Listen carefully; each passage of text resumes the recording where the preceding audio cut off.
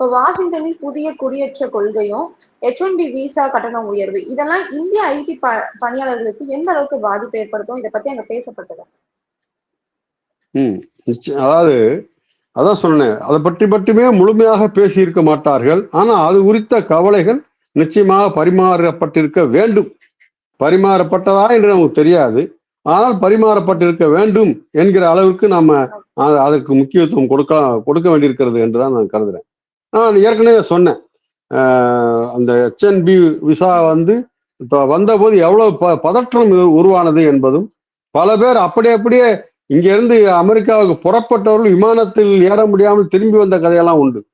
ஏன்னா அங்க இறங்க முடியாது என்பதால், இறங்கினாலும் வேலை இருக்காது என்பதால் அங்கிருந்து இப்படியே நீங்கள் வர வேண்டாம், இந்தியாவுக்கு விடுமுறைக்காக போனாலும் அங்கேயே இருந்து விடுங்கள், திரும்பி அமெரிக்காவுக்கு வர வேண்டாம் என்றெல்லாம் சொல்லப்பட்ட கதை, அதனால் ஏற்பட்ட பல்வேறு துயரங்கள் என்றெல்லாம் அடுத்தடுத்து செய்திகள் வந்தன.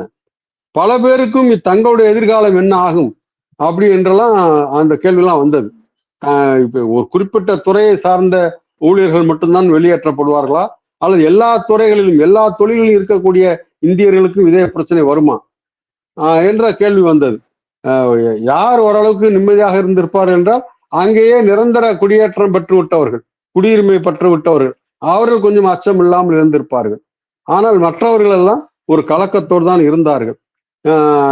இது அடுத்தடுத்து எங்கே போகும் என்று தெரியவில்லை என்று.